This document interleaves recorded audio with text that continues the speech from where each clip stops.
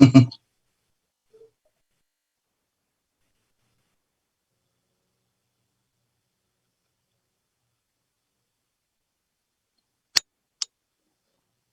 escuchan ahora? Sí. Hola. ¿Ahora sí? Sí. ¿Partimos? Ya. Buenas noches, señoras y señores auditores. Hoy, con algunos problemillas técnicos, hemos partido, pero ya están solucionados. Y esperemos que no se den durante el curso de la transmisión de este programa. Como siempre, queremos saludar a nuestro amigo Francisco Campo, que sin él no es posible esta transmisión, y a nuestros panelistas que nos acompañan esta noche, ¿no es cierto? A Guido Asensio y a nuestro amigo Marco Vázquez, quien está con nosotros. Hoy día tenemos dos temas muy interesantes. Vamos a partir comenzando por un tema que es un tema interesante para la nación hoy día toda, en el sentido de lo que está pasando en la Araucanía. Y el mal llamado conflicto, que para mí no lo es, pero es una situación especial con respecto a digamos, la violencia que ha generado estos últimos, sobre todo estos últimos 15 días, la última semana, en el sentido de que han habido una serie de ataques y digamos, y situaciones que nos han llamado, como siempre, la atención y ya lo tenemos casi normalizado. Y no podemos seguir normalizando la violencia. Naturalmente que estamos de acuerdo con el conflicto de fondo es simplemente la demanda, que ya sabemos que es histórica, por tierras de la Araucanía, de los mapuches, y esta nación mapuche tiene estas exigencias de devolución a estas tierras en forma ancestral. Estas reivindicaciones territoriales tienen un origen en la usurpación y fragmentación que experimentó el Gualmapu desde la llegada del Estado chileno. Entonces, este Estado chileno confinó a estas comunidades, como sabemos, a habitar en la periferia de las tierras de baja calidad. Los encerró hacia la cordillera y hacia la costa, y con pequeños territorios que no eran productivos, y por lo tanto condenándolas a la pobreza extrema en muchos casos. Esta estrategia utilizada por el Estado para confinarlos se centraron en dos acciones. Primero, anexar este territorio a la República para reclamar las tierras como propias y así subastarlas o digamos, o privatizarlas o simplemente entregárselas a inmigrantes, colonias de inmigrantes no nacionales, también a europeos por su condición, y muchos criollos que eran los que predominaban políticamente en aquella época en el Estado, en la política del Estado.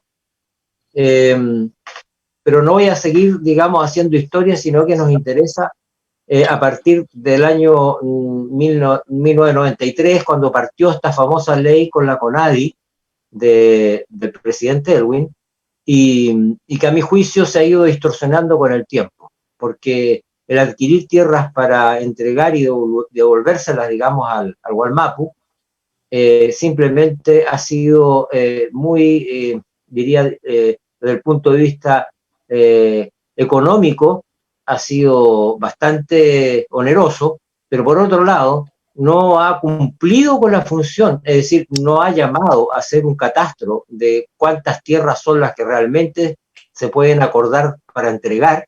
No hay una cantidad, no hay un catastro, y en segundo término tampoco existe, digamos, un acuerdo sólido en la materia. Es decir, mire, faltan 10.000 hectáreas, falta 500.000 hectáreas, no sé, estoy poniendo un número al lote, pero sí me interesa saber si ustedes opinan lo mismo, y queremos partir contigo, Marco, para saber, digamos, tu opinión al respecto, porque si bien es cierto, hice una introducción larga, pero es interesante saber dónde comienzan los problemas y bueno, y para poder fijar quizás una conversación futura y un diálogo para solucionarla desde el punto de vista político. ¿Marco? Sí, David, oye, saludarte fraternalmente a ti el día de hoy, a Francisco y a Guido también, esperar que hayan tenido un reposado día feriado, el día de ayer, que era el Santoral Católico, recordaba a las Cármenes, así que aprovechamos saludar también a las Cármenes y hoy día a las Carolinas, así que también aprovechamos de saludar a todas quienes llevan esos nombres. Tú lo hiciste muy buena introducción, David, al comentar la situación. Nosotros, la región de la Araucanía, llamada por el poeta Pablo Neruda, esa zona de la frontera o de Far West, decía Neruda, que el entrar a la zona de la frontera ya era algo diferente.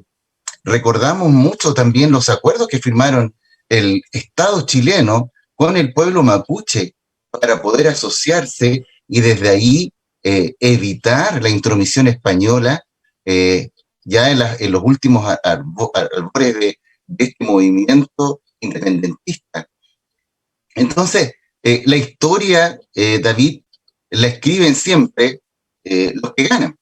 Y en este caso, lamentablemente, no puedo decir que el pueblo mapuche perdió, porque el pueblo mapuche no perdió, pero sí la pacificación de la Araucanía, el traer una cultura, el que una cultura absorbiera la otra, nos fue generando este deterioro que hasta el día de hoy persiste. Y para los que somos habitantes y que nacimos en la Araucanía o que somos de la región de los lagos, los ríos, eh, podemos darnos cuenta de cómo ha ido evolucionando este proceso. Yo te quiero contar también, David, que a mí hay cosas que me preocupan para poder entrar en el tema.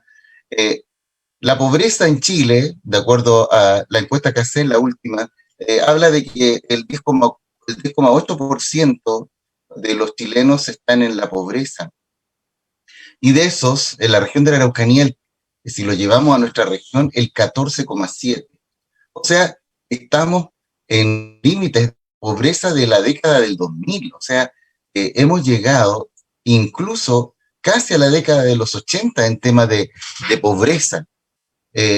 Obviamente en la década de los 80 teníamos sobre el 25%, pero del punto de vista de la medición se está generando este deterioro profundo y nuestra región de la Araucanía absorbe con mayor fuerza y con mayor dolor esa pobreza. Entonces, cuando empezamos a analizar la situación de la Araucanía, yo lo quiero dividir en dos partes. Primero, a mí no me gusta hablar igual que tú, David, mira, coincidimos en no hablar de conflicto. Cuando dicen, no, este es el conflicto mapuche, el conflicto indígena, y nos hablaban de que las inversiones habían disminuido en todos estos años y por eso nuestra región era tan pobre. Yo no concuerdo con eso porque el inversionista va a ir ahí donde tenga una mayor rentabilidad y si los negocios son buenos, van a estar ahí en esos negocios. Lo que pasa es que esta región ha sido una región olvidada por el Estado durante muchos años. ¿Por qué? Porque no se quiere hacer cargo de la demanda que tiene el pueblo mapuche puntualmente en el tema de la recuperación de tierra, que sale establecido en la ley indígena en el artículo 20A y en el artículo 20B. Entonces, obviamente, si tengo un artículo 20A que me permite a mí, teniendo un ahorro, poder comprar tierra, el artículo 20B, pedir la restitución de tierra, porque aquí lo que hay información son de los títulos de Merced y los títulos de Merced dan cuenta de una cierta cantidad de hectáreas que tenían las comunidades indígenas, pero con el pasar de la década del 900 y del 2000 tuvimos la dictadura que pasó la mensura, dividió en este caso en propiedad individual los terrenos de las y los mapuches. Entonces, todo eso, fíjate que al día de hoy, cuando uno hace la medición, se da cuenta que si la comunidad indígena tenía 400 hectáreas, hoy día tiene 250 hectáreas. Entonces le usurparon un gran número de hectáreas y esas tienen que ser restituidas de acuerdo a la ley indígena.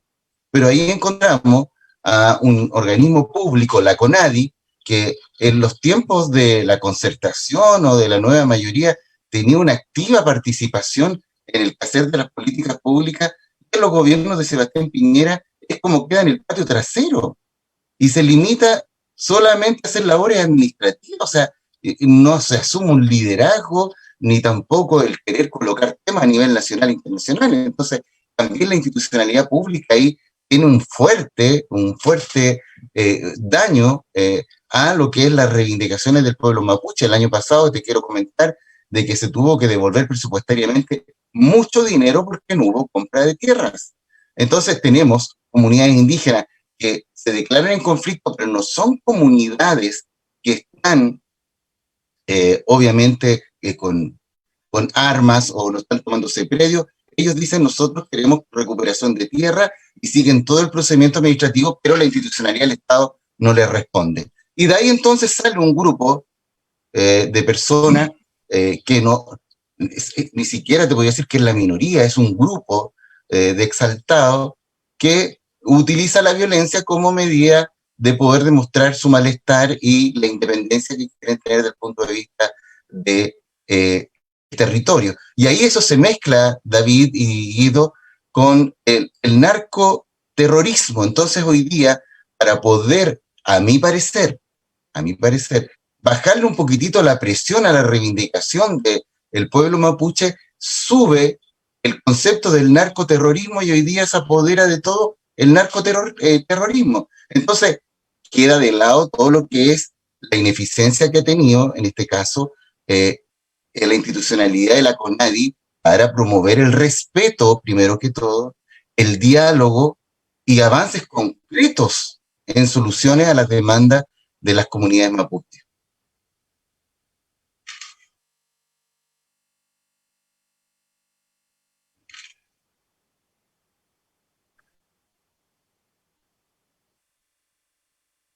Gracias, Marco. Nos queda más claro aún el análisis hecho por ti con respecto a la problemática y a la necesidad, digamos, de Wallmapu, y que en realidad se ha malinterpretado por muchos políticos en el sentido de que la necesidad de la devolución de estas tierras y la restitución más bien de las tierras al Wallmapu y a las comunidades, yo sigo insistiendo de que hay que separarla en dos territorios. Uno, que es el sur del Biobío, que donde nació la CAM, y el norte de la región de la Araucanía, Mayeco. Entonces, la coordinadora Arauco-Mayeco. Y ellos han dado en varias ocasiones entrevistas a los medios de comunicación masivos, televisión, etcétera. Y en la última intervención y entrevista que hizo Héctor Yaitul a un programa de la red, entrevistado por Mónica González, y yo diría que dejó claramente establecido, antes del ataque donde habían dado, por supuesto, un muerto que había sido el hijo de él, y no fue el hijo de él, sino otro, digamos,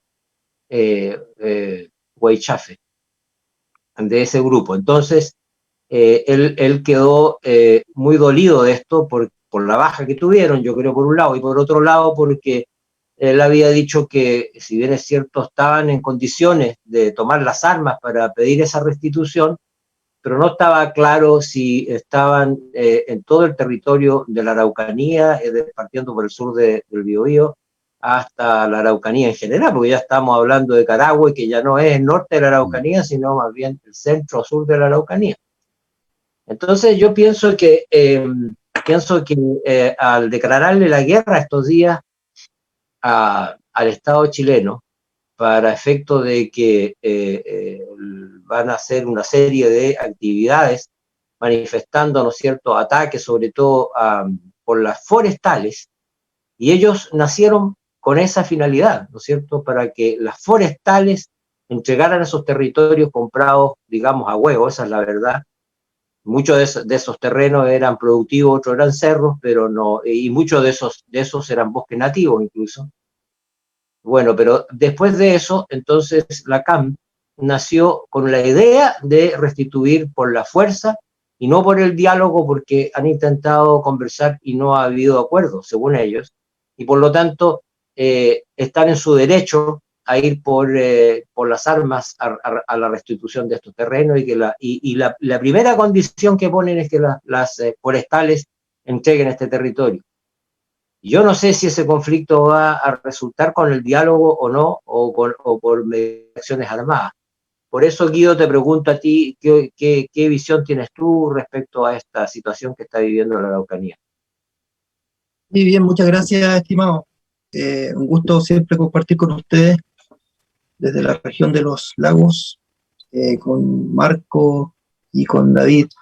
Bien, bueno, yo tengo una visión igual. El problema es mucho más complejo. El problema, ¿cierto? Y obviamente también creo que mucho de lo que se ha comentado y de los datos que se entregan en las noticias, muchas veces tienden a marcar tendencia respecto a las formas de cómo se trata la noticia. Generalmente las noticias oficiales están tendenciadas con respecto a dilucidar un efecto de conflicto.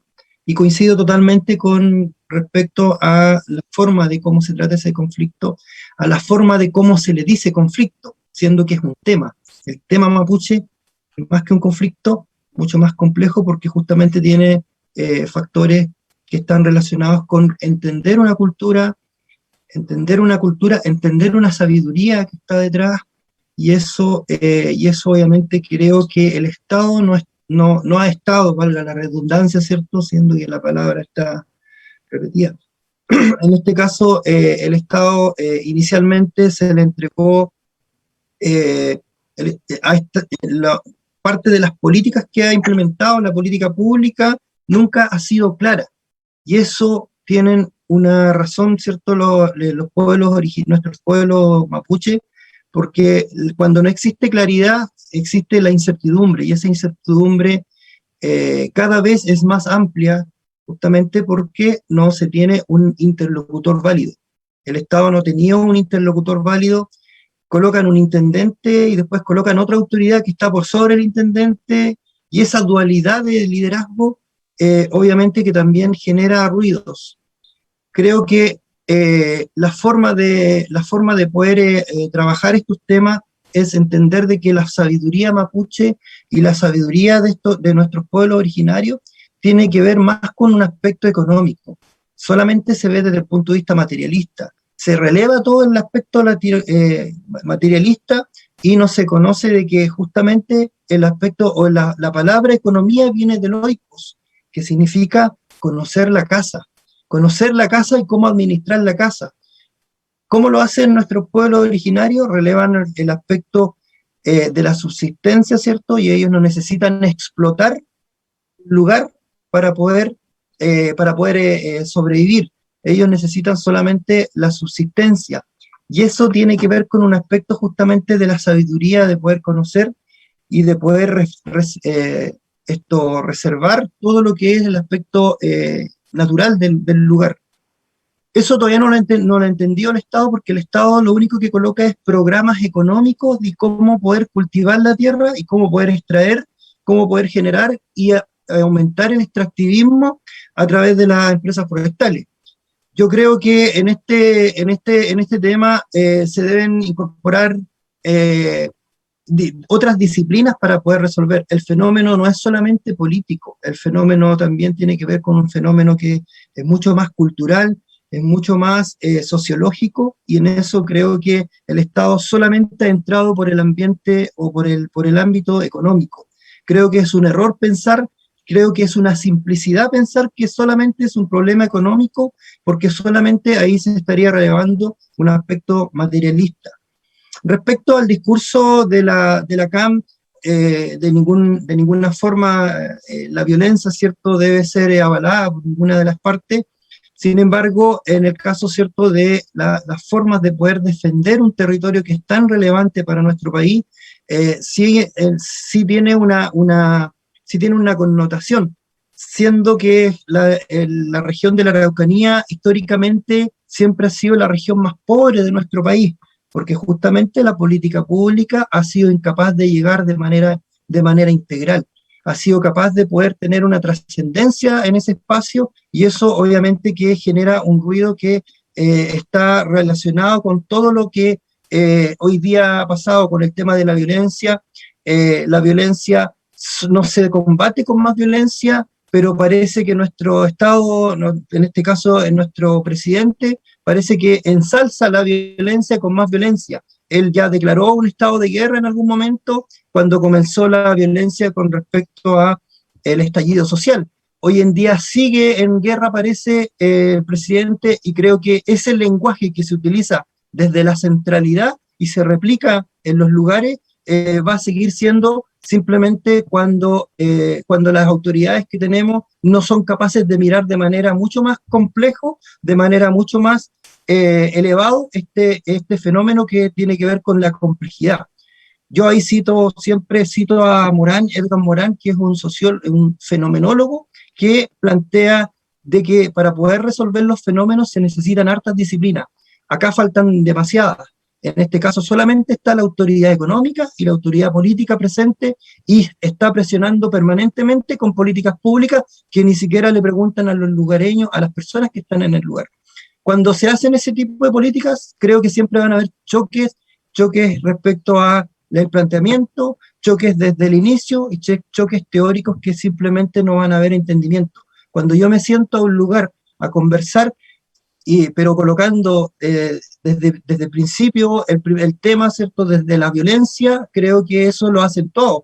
Vemos como los medios de comunicación tradicionales acentúan todo el rato el tema de la violencia, que obviamente que es importante porque tiene que ver con la seguridad del país, con la seguridad de la nación. Pero ese no es el problema es mucho más profundo, como decían ustedes, y ese problema profundo tiene que ver con un entendimiento de la cultura, de nuestra cultura ancestral, y eso parece que todavía está al debe. Los programas de las políticas públicas y la institucionalidad pública no han sido capaz tampoco de llegar de forma relevante a los lugares, porque justamente la política nuevamente viene desde el centro, y cuando todo viene desde el centro, lo más probable es que no va a ser aplicado a los lugares y que tampoco va a tener una trascendencia de la cual se quiere llegar.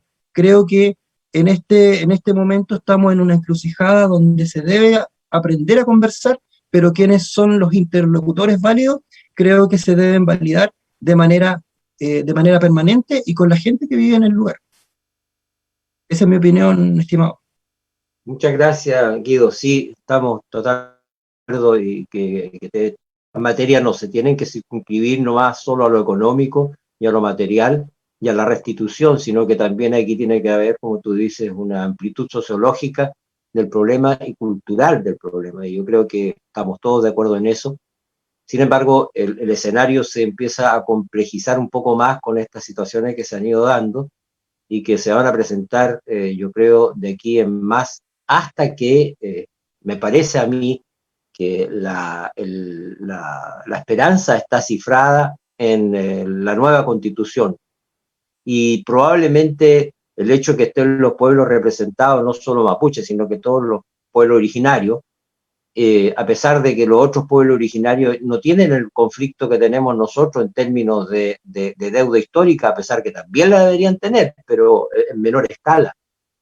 Sin embargo, la restitución a que se refiere, digamos, el Wallmapu, hoy, para las comunidades es una visión absolutamente distinta, como tú lo dijiste, porque en realidad la visión del centralismo es muy distinta a la que se tiene acá en la región, y esos intendentes son funcionarios del centralismo, etcétera, etcétera. O sea, con este nuevo, digamos, régimen del nuevo, digamos, gobernador, pudiera que se descentralice, pero también va a depender mucho de las posiciones ideológicas que contengan. Entonces, es muy difícil que la Araucanía en este minuto pueda, digamos, buscar una fórmula de salida que sea más bien a corto plazo. Me parece que la situación se complejizó y va a haber que buscar el diálogo. Yo creo que esa es la única manera y convencerlos a través, digamos, de la esperanza que queda en la nueva constitución de que sí queden plasmados en ella, digamos, los derechos de restitución y de entrega a la solución de estos conflictos. Yo creo que por ahí va la línea, es mi modesta opinión. Y para cerrar esto, quisiera ofrecerte 3 minutos, amigo Marco, para que nos des tu última opinión sobre el tema, para poder pasar ya luego al próximo tema. Sí, mira, es importante el que nosotros podamos tener una Araucanía en en el cual la tolerancia sea nuestro marco referencial. El poder respetarnos los unos a los otros, nuestra, nuestra región, para los que vivimos acá y hemos tenido la educación básica, media, universitaria en Temuco, nos hemos dado cuenta de la discriminación que sufre la gente del pueblo mapuche. Yo en mi escuela, en campo deportivo, el 30% de mis 40% de mis compañeros era de apellido mapuche, pero en mi escuela nunca hubo ninguna discriminación ni nada, ninguna. Pero ya en el liceo tú empezabas a notar, en el liceo de 28 de Temuco, cómo automáticamente nuestras amigas y amigos, cuando tenían que decir su apellido, no lo decían en voz muy baja. Y en la universidad, que me tocó a mí ser dirigente estudiantil universitario, cuando tenía que pelear por el tema del crédito fiscal para mis compañeras y compañeros, me pasó con uno que le pregunté, bueno, dame tu apellido, Juan, y no le escuchaba, le dice, discúlpame, no te escucho, Juan. Tuve que preguntarle 4 veces, y ahí él me dijo su apellido, Curín, y yo lo quedé mirando, y le dije, pero ¿y por qué no me das tu apellido bien? Me dijo, no, porque me da vergüenza. Porque había sido discriminado muchas veces. Entonces, después me tocó estar y para ir terminando, trabajar en el FOSI, en el Fondo de Solidaridad e Inversión Social, los primeros años del retorno a la democracia. En Galvarino, me acuerdo, estuve invitado a una comunidad y me decían que ellos le prohibían a sus hijos hablar mapuzungún, porque los hacían ver como tontos. Entonces los profesores rurales los castigaban porque decían que hablaban como tontos. Entonces, todo eso, el Winca y el que está en Santiago no lo ve. Entonces son años en el cual no hemos tenido respeto con las comunidades indígenas y con los pueblos originarios. Y yo creo que un país que quiere ir avanzando, creciendo, innovando, tiene que también traer en esa mochila los errores y poder solucionarlos. Muchas gracias, amigo Marco, y sí, efectivamente tenemos que hacer muchos esfuerzos y poner todo de nuestra parte, ambas partes, para buscar soluciones definitivas. Yo creo que va a costar muchos años, pero el comienzo puede ser doloroso, pero quizá el futuro va a ser mucho más agradable y a lo mejor con la tolerancia que debieran tener ambas partes, podría llegarse a una solución más pronta y con bastante más, digamos, posibles de solucionar con la voluntad de cada uno. Y bueno, y para comenzar, digamos, con el nuevo tema, ya que estamos a puertas, mañana hay una elección, dos conglomerados, ¿no es cierto?, de Chile Vamos y del se me fue el conglomerado de los dos, pero es por Apruebo dignidad. Apruebo Dignidad, justamente, gracias. Eso es, Apruebo Dignidad. Entonces, yo quiero plantearle a ustedes los posibles escenarios que se pueden producir una vez terminada la elección mañana de esta primaria, tanto en Apruebo Dignidad y en Chile Vamos, porque en realidad se dice que por tradición estas primarias han dado la pauta en quien ha sacado más votos es el que tiene más posibilidades de ser electo como presidente de la República, cuestión que no me convence mucho porque puede ser una cosa matemática más que una cosa, digamos, de los escenarios posibles en noviembre y diciembre.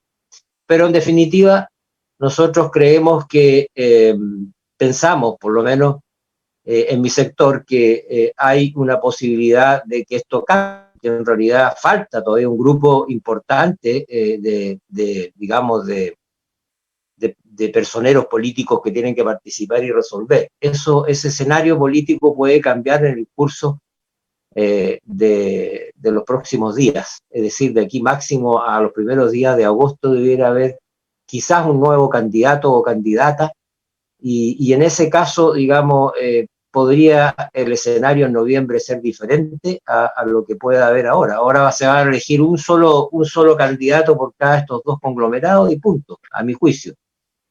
Pero, ¿qué les parece a ustedes si partimos en este caso por Guido? ¿Qué les parece si hacemos el análisis especulativo de lo que podría darse en los escenarios? Dije muy bien que se podrían dar a partir del día lunes. ¿Digo? Bien, sí, creo que el escenario que se puede dar, primero, yo no creo que va a marcar tendencia en términos de el candidato más votado. Sorpresa nos dio la última votación de gobernadores, ¿cierto? Donde los más votados no necesariamente fueron los que en segunda vuelta fueron los preferidos. Yo creo que parte de la... ¿Y por qué parto de esa tesis? Porque desde mi punto de vista, los candidatos que hoy día están presentes no lograron tener un apoyo tan amplio, es una opinión muy personal, porque chocaban en sus propuestas. Chocaban, me refiero a que todo el rato estaban en conflicto con ellos mismos. Todo el rato estaban buscando cuál era el elemento que hacía la diferenciación, pero desde la negación. Entonces, creo que le hicieron un flaco favor a los que se van a presentar en el escenario del día lunes. Desde mi punto de vista, apuesto a que ninguno de los que van a postular mañana en este escenario va a salir. Desde mi punto de vista, no. Pero justamente, ¿por qué? Porque justamente no tuvieron propuestas, o sea, las propuestas que tenían eran flacas, los elementos que colocaban en la paleta eran muy parecidos, no tenían claridad de que las propuestas tenían que ver con un aspecto trascendental de nuestro país, se enfocaron en aspectos que estaban relacionados con elementos del derecho, por ejemplo, y que no tienen que ver con lo que hace un candidato. Creo que primero, le faltó mucha educación cívica a estos candidatos. Segundo, le faltó una estrategia mucho más... Me refiero, por ejemplo, a los últimos dichos que tenía el señor Jaude con el señor Boric, donde terminaron la última semana peleando por algunas cosas que finalmente les van a perjudicar, porque después van a tener que unirse igual. Entonces, yo no sé cuál es la estrategia de poder colocarse en desacuerdo antes de las primeras elecciones, siendo que si salen en la segunda vuelta, cualquier candidato que salga van a tener que apoyar al otro, pero van a quedar heridas entre medio. Por tanto, creo que la estrategia utilizada fue una estrategia, no sé si ingenua, pero ilusa por lo menos, y en ese sentido, desde el punto de vista de la derecha, creo que ellos están calladitos y a lo mejor tienen más posibilidades de poder tener una mayor votación mañana. Pero eso creo que no va a determinar el candidato que gane. Creo que el candidato o la candidata que gane va a ser justamente el que no está en la papeleta el día de mañana. Y eso es una apuesta que tal vez podemos hacer en este espacio, ¿cierto? Sideral, que nos interesa. Yo lo que apuesto es de que el país, ¿cierto? Y que el nuevo presidente o la nueva presidenta que salga en nuestro país, que sea capaz de interpretar y poder llevar a cabo este proceso constitucional que va a seguir muy interesante. Creo que debe ser capaz de generar una visión mucho más amplia.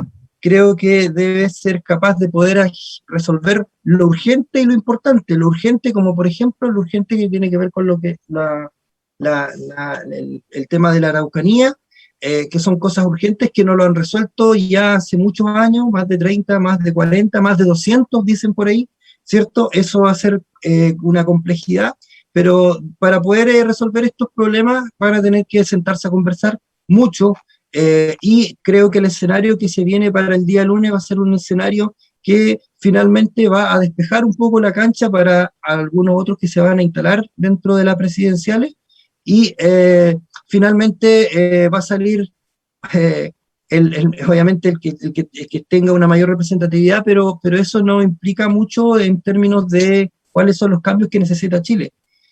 Creo que la concentración deberá estar en que, como les decía, tiene que tener un buen liderazgo, pero aparte de eso también llevar estas nuevas constitucionales, ¿cierto? Que son nuevas autoridades que están trabajando y que puedan llevar a buen rumbo nuestro país. Yo siempre creo que hay personas que están capacitadas para poder realizar esto. personas, hay algunas más que otras, ¿cierto? Pero en ese sentido, creo que un sentido de unidad nacional es importante para poder tener una mirada general, y creo que los candidatos o la candidata que gane tiene que llevar la bandera de la descentralización como uno de los elementos fundamentales. Esa va a ser la forma de que gane. Si lleva la centralización extrema como la tenemos hoy en día, seguramente no va a salir. Pero la persona que sea capaz de canalizar esa información y que sea capaz también de canalizar, representar cuáles han sido los descontextos de la ciudadanía respecto a los últimos crisis que hemos tenido y que han sido crisis que han sido provocadas por los mismos gobiernos de concertación y también del lado de la derecha, ¿cierto? Han tenido esa culpa. Creo que la persona que sea capaz de interpretar esos mea culpas que tiene nuestro país podría ser el candidato que realmente pueda generar una representación a nivel nacional. Pero yo creo que ese va a ser el escenario. Se van a presentar nuevos liderazgos frente a la ausencia de propuestas concretas y serias de nuestro país. Eso es Muchas gracias, Guido. Claro, y obviamente que como tú bien dices, el escenario puede variar sustancialmente, porque además no tenemos que dejar de pensar en la participación ciudadana, porque en una elección como esta, debiera, digamos, si es que la participación fuese alta, no pasará el 1.000.000 de votos ni el 1.200.000 de votos, que sería a lo mejor una buena participación, por lo que yo escuché de muchos analistas políticos. Primero porque ya hay un poco de cansancio con esto de las elecciones en general, y un exceso de elecciones, y por lo tanto la gente, lo hemos visto este fin de semana largo, la cantidad de autos que salieron de Santiago, 240.000, y por lo tanto algunos piensan que van a regresar mañana domingo al mediodía o pasado al mediodía para poder tener tiempo de ir a ejercer su voto. Lo veo difícil, pero puede pasar, pero en un porcentaje muy bajo, pienso yo. Pero para que veamos qué va a pasar, digamos, en el futuro cercano, quisiera preguntarle a Marco cuál es su opinión con respecto, digamos, a qué opina, digamos, de estas elecciones o el exceso de elecciones y cómo pueden, digamos, repercutir en los resultados, porque no puede ser que en una primaria, ¿no es cierto?, de 1.000.000 de votos con optimismo, de votantes me refiero, pueda ser tan representativa en el caso de las votaciones que se van a dar en noviembre, que se va a elegir, ¿no es cierto?, presidente o presidenta de la República, las parlamentarias y parlamentarios, y digamos, consejeros regionales. Entonces, ¿la gente está o no está cansada de estos excesos de elecciones, y cómo puede incidir eso digamos, en sus decisiones finales? Marco. Sí, mira, David, seguí correctamente y muy concentrado en lo que Guido nos comentaba, y concuerdo con él en su planteamiento. Pero David, yo te quiero desafiar a ti. Mira, empecemos a hacer un juego. Bueno. Quiero partir diciendo de que yo creo en la palabra de don Miguel de Unamuno. Cuando don Miguel de Unamuno dice, el miedo es el comienzo de la sabiduría. Entonces, en la medida que tengamos temor a cómo viene el futuro, es porque vamos a empezar a ser un poquito más sabios. Entonces, vamos, David, un poquitito a la lógica de los 3/3. Mira dónde te estoy llevando. Sí. A eso que durante la década finales del 50, comienzos del 60, y todo el 60 y el 70, tenían dividido a Chile en esta polarización de o eras de izquierda o eras de centro, que era la democracia cristiana, o eras de derecha. Entonces, ahí se movían. En el 58, Allende sacó 356.000 votos, 255.000 Frey, y 389.000 sacó Alessandri. Después tuvimos lo mismo, pero ya era Allende, Frey y Durán. Allende sacó 977.000 votos, 1.400.000 sacó Frey y la Marcha de la Patria Joven, y Durán sacó 125.000 votos. Y llegamos al 70, con Allende con 1.075 votos, 824.000 Tomic y Alessandri 1.036. ¿Por qué te quiero llevar a esto? Para poder entender un poquitito lo que se nos viene ahora a futuro.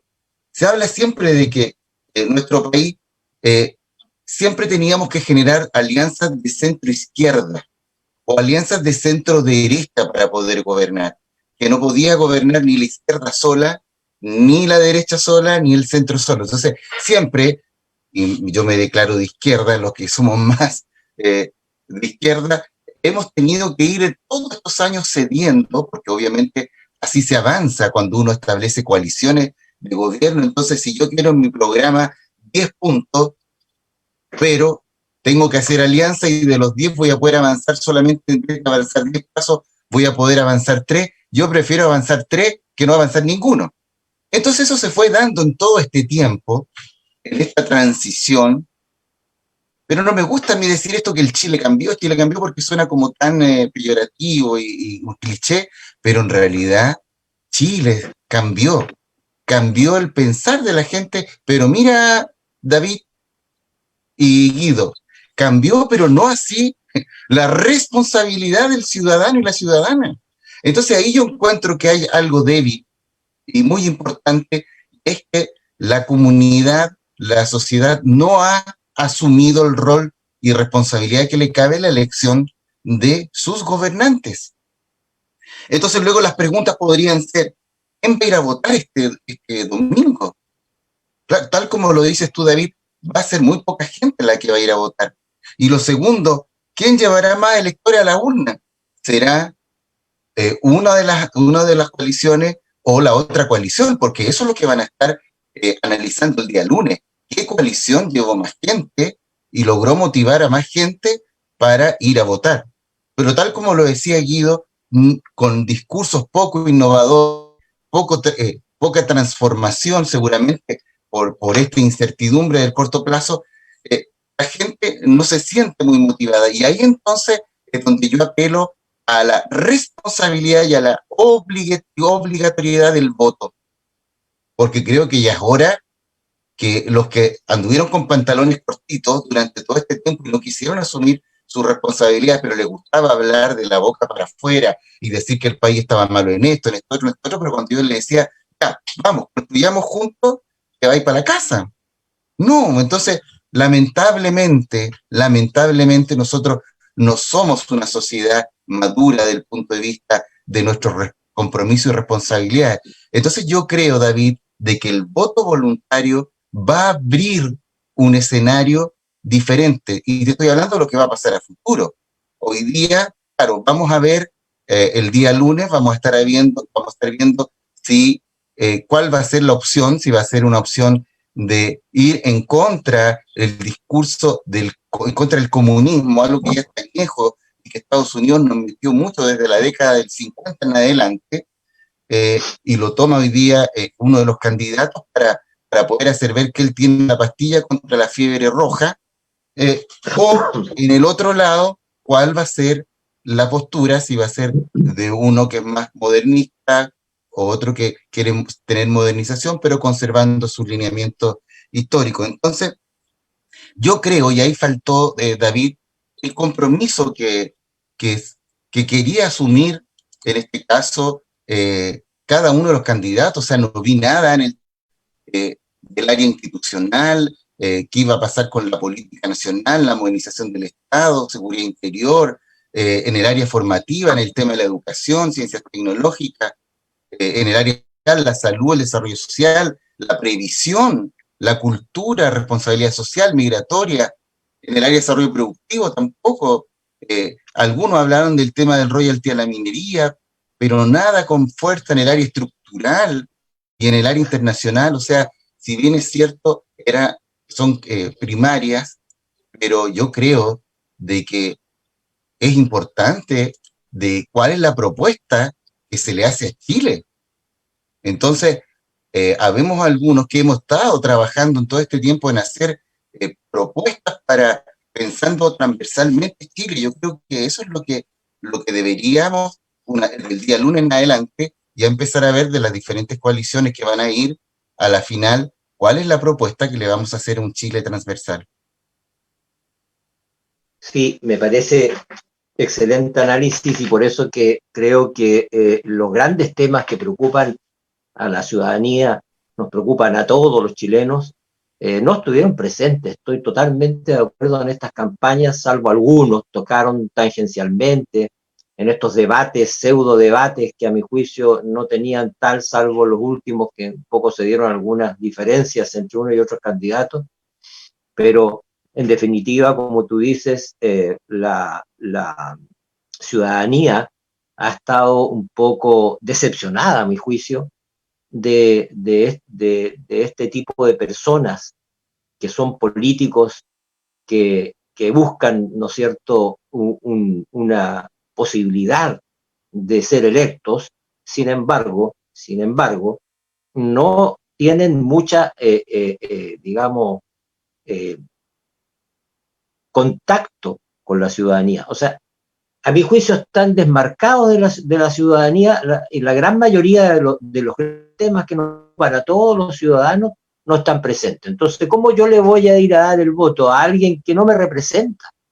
Y si yo lo analizo cada uno de ellos, ninguno de ellos representa mis intereses, los intereses de la gran mayoría de los ciudadanos. Entonces, ¿cómo me van a exigir que yo vaya a votar? A una primaria en donde no he escuchado todavía aún que me están ofreciendo. Si me están ofreciendo soluciones, digamos, a lo que hoy día le interesa a la gente, salud, educación, vivienda, seguridad, etcétera, etcétera. Tú la enumeraste muy bien. Entonces, yo no puedo ser cómplice por ir a dar mi voto a uno de ellos si sé que ninguno de ellos va a solucionarme nada. Entonces, prefiero esperar a ver qué pasa en el escenario. Muchos de los ciudadanos van a esperar el escenario, por eso les preguntaba post estas elecciones primarias de mañana, porque todavía no sabemos cómo se va a dar el escenario. Todavía falta, todavía hay que se pronuncien la democracia cristiana, por ejemplo, el Partido Radical, aunque tiene su candidato, pero sabiendo de que saliendo una candidata como por ejemplo Yasna Proboste, supongamos, y no hay acuerdo, y llegan, ¿no es cierto?, dos o tres candidatos o cuatro candidatos de la centroizquierda, es muy difícil que ese escenario pueda favorecer a un futuro gobierno de centroizquierda. Entonces, podría hasta darle la pasada o otra vez a un gobierno de la derecha. Entonces, ante esos escenarios es que yo les preguntaba qué podría pasar después de la elección de mañana. Diego, por favor, 3 minutos. Sí, bien, bueno, coincido con temas de las formas de representación, ¿cierto? Que van a ir cambiando, van a ir mutando.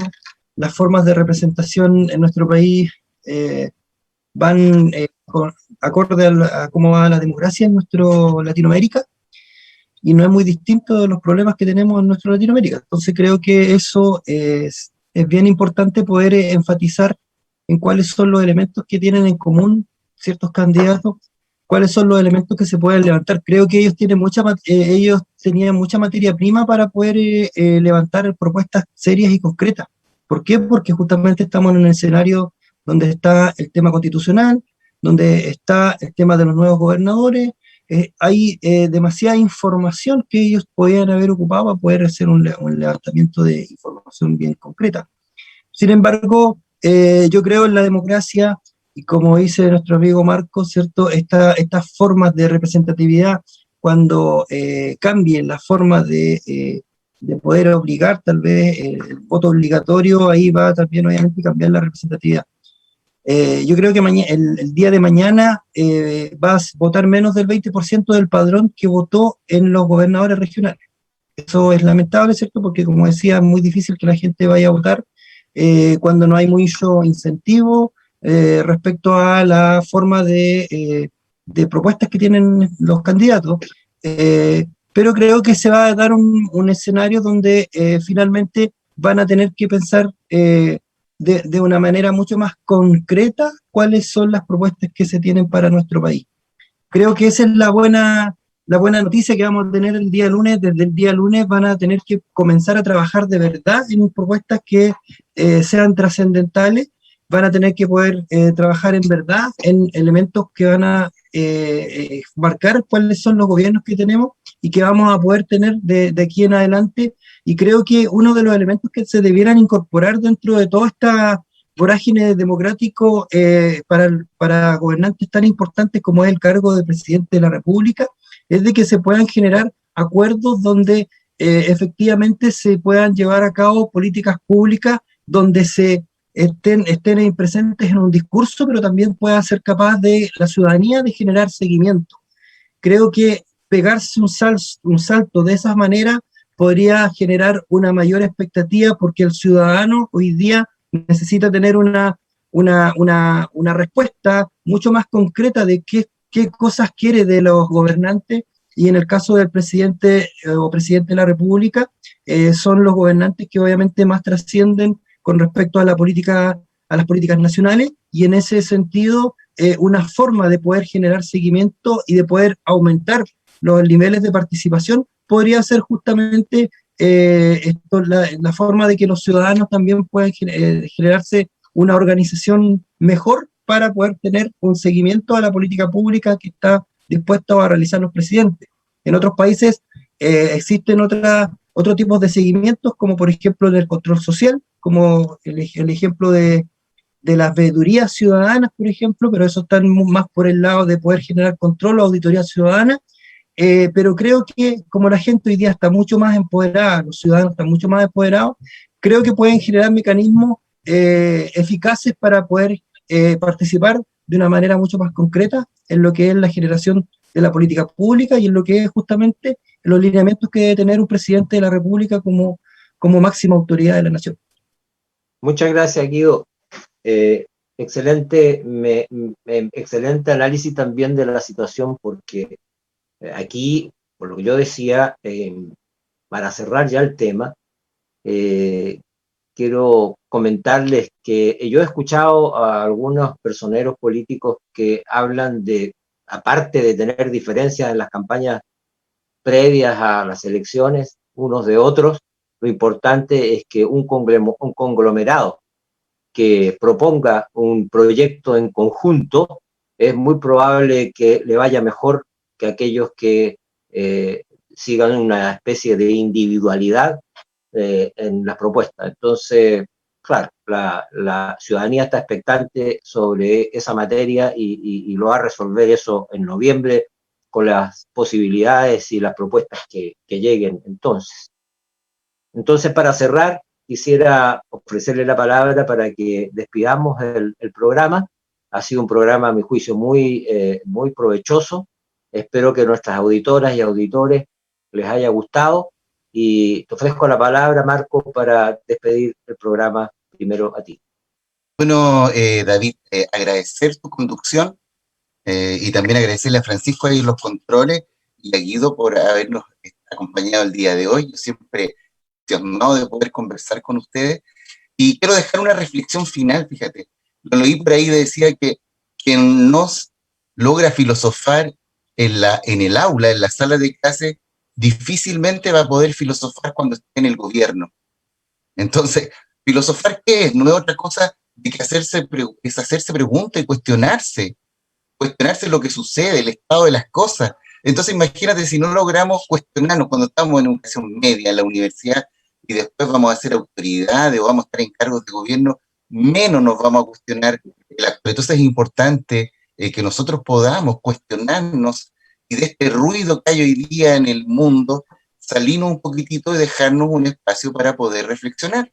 La reflexión individual es muy importante. Y ahí yo quiero colocar, porque siempre nos dicen que colocamos a filósofos muy antiguos, quiero dejar ahora a las palabras de Byung-Chul Han, ¿no es cierto?, que es bien moderno, y él dice la hipercomunicación digital, o sea, todo lo que tenemos hoy día, las redes sociales, Facebook, Instagram, Twitter, etcétera, dice, destruye el silencio que necesita el alma para reflexionar. Nos centramos nosotros en lo que pasa en la fake news, como decía David, pero se nos olvida de que tenemos que percibir nuestro ruido interior. Se percibe solo ruido sin sentido y sin coherencia. Entonces yo quiero invitarlas a todos y a todos a que dejemos un espacio chiquitito, un tilín, dicen en Centroamérica, un tilín más de reflexión para todos y cada uno de nosotros. Así que muchas gracias por la invitación y voy a estar siempre listo a las futuras convocatorias. No, muchas gracias a ti, Marco, y esperamos seguir contando contigo sábado a sábado, si es posible.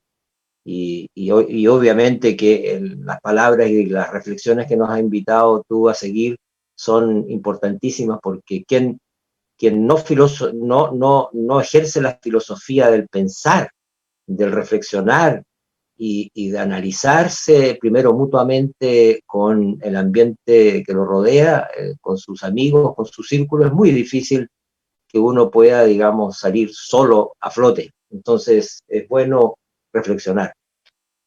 Guido, te ofrezco palabras finales o tus reflexiones finales para el cierre. Sí, muchas gracias, estimado. Sí, bien. Estimado Marco, ¿cierto? Usted habló sobre Byung-Chul Han, que es un filósofo que está pegando en términos de colocar los temas de la modernidad, ¿ya? Y él plantea temas que planteó mucho antes Zygmunt Bauman respecto a la modernidad líquida, la posmodernidad, las nuevas formas de poder plantearse. De hecho, él, uno de los planteamientos más grandes que ha hecho es que le preguntaron en algún momento de si el mundo iba a cambiar después de la pandemia. Y él dijo que no iba a moverse el capitalismo particularmente, que no se iba a cambiar nada. Y había otro autor que igual es contemporáneo, que es Zizek, que él habla de que va a cambiar todo, de que la gente va a reflexionar, de que la gente va a poder buscar nuevas formas de poder trabajar, nuevas formas de poder enfrentar el capitalismo, nuevas formas de poder desmaterializarse el pensamiento materializado que tenemos nosotros, el pensamiento lineal, ¿cierto? Y ahí cito a otro autor que es Edgar Morán, que habla de la complicidad, yo lo nombré dentro de lo que habíamos hablado. Maturana y Varela en su momento también planteaban temas como, por ejemplo, la forma de sociopoiesis, la autopoiesis, las formas de generar, creo que para poder generar hoy día organización desde el punto de vista político, desde el punto de vista social, desde el punto de vista económico, se deben tener en cuenta de que existen muchas ciencias que pueden aportar al desarrollo. Y justamente la reflexión es tremendamente relevante porque es el respiro necesario, es el silencio necesario que tenemos y que nosotros, bueno, mucha gente con el tema de la pandemia que lo ha pasado mal, ¿cierto? Pero también de alguna forma hemos tenido la oportunidad de reflexionar y de poder hacer ese respiro necesario para poder plantear nuevas formas de enfrentar la realidad, nuevas formas de enfrentar esta mega crisis que habla Gastón Soulet, que no es solamente social, no es solamente económica, no es solamente política, sino que es una mega crisis. Pero frente a la crisis, lo mismo, y aquí quiero conectar, Gastón Soulet habla de que la conexión entre la sabiduría que existe en Medio Oriente respecto a la sabiduría que tienen nuestros pueblos originarios es muy similar. Es decir, ellos cuando hablan respecto a los temas que son tan trascendentales, como por ejemplo la tierra, como por ejemplo la trascendencia, como por ejemplo las formas de poder enfrentar lo que es la crisis al mismo tiempo está relacionada con las nuevas oportunidades. Y eso, obviamente, que es tremendo. Esto también Byung-Chul Han en su Aroma del Tiempo, que es uno de los perfumes, ¿cierto?, del tiempo, que él habla respecto a la forma en que nosotros tenemos que ir valorando lo que tenemos. Tal vez poco lo que tengamos, ¿cierto?, pero eso poco que tengamos también seamos capaces de valorarlo al máximo, como por ejemplo nuestras familias, nuestros pueblos, nuestros lugares, nuestros territorios. Creo que va a ser importante que los nuevos gobernantes que existan sean capaces de mirar desde adentro y no desde afuera. Esa es una mirada que obviamente es un anhelo que tengo hace mucho tiempo y por eso he publicado un par de libros al respecto para poder una escucha en algún momento. Así que muchas gracias por el espacio y feliz de poder compartir con ustedes, estimado Marco Antonio y David Speikny, que ya hemos estado en varias tertulias. De la región, bueno, yo estoy acá en Osorno particularmente, pero desde las regiones podemos tener una visión que es muy distinta respecto a lo que pasa desde los lugares metropolitanos. Muchas Muchas gracias, gracias por... Guido. No, gracias a ti y que esperamos seguir contando con tu presencia y con tus aportes literarios y de tus reflexiones con respecto a los temas tanto regionales como económicos, una visión muy interesante que hemos leído a través de tus escritos. Así que quiero agradecerle a los dos, agradecer a Francisco Campo por su interés de apoyarnos sábado a sábado también a través de los controles técnicos y a nuestros auditores y auditoras que nos siguen sábado a sábado, que vamos a seguir en contacto con ustedes, no los vamos a defraudar y vamos a estar permanentemente preocupados de los problemas que a la región le preocupan básicamente también y a la nación completa. Y vamos a estar atentos a los temas y les vamos a pedir también a los auditores que interactúen con nosotros, incluso que nos envíen sus sugerencias de temas que podemos analizar en futuras tertulias que tengamos en la agenda nacional. Así que les agradecemos a todos y los esperamos el próximo sábado a la misma hora. Muchas gracias, buenas noches. Chao, chao. Chao, que estén bien, muchas gracias a ustedes. Chao, chao.